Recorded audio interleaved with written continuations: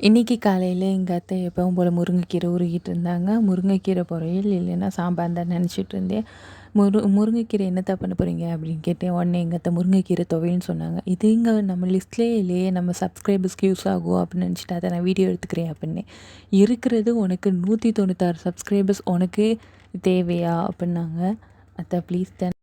இந்த முருங்கைக்கீரை துவையல் செய்கிறதுக்கு தேவையானது வந்து 1 ஸ்பூன் கடலைப்பருப்பு, 1 ஸ்பூன் உளுந்தம்பருப்பு, 1/2 ஸ்பூன் சீரகம், பூண்டு 4, பட்டை மிளகாய் 3, பச்சை மிளகாய் 4, சின்ன வெங்காயம் 4, பெரிய வெங்காயம் மீடியம் சைஸு, தேங்காய் கொஞ்சோண்டு, புளி கொஞ்சோண்டு, அப்புறம் கீரை வந்து 2 கைப்பிடி. இதை ஃபுல்லாக தாளிச்சிட்டு நல்லா அப்புறம் வதங்கினதுக்கப்புறம் நம்ம கீரையை தூக்கி போட்டு கொட்டிட வேண்டியதான். இதை நல்லா ஆற வச்சுட்டு அரைச்சோன்னா நமக்கு தேவையான முருங்கைக்கீரை துவையல் ரெடி. இதை வந்து நம்ம சூடான சாதத்தில் பிரட்டி சாப்பிடணும், சூப்பராக இருக்கும். எல்லோரும் ட்ரை பண்ணி பாருங்கள். ஆனால் வீடியோ பார்க்குறவங்க எல்லோரும் மறக்காமல் சப்ஸ்கிரைப் பண்ணிடுங்க. ஏன்னா அடுத்து தான் எங்களுக்கு என்கரேஜ்மெண்ட்டாக இருக்கும். சப்ஸ்கிரைப் பண்ணிடுங்க.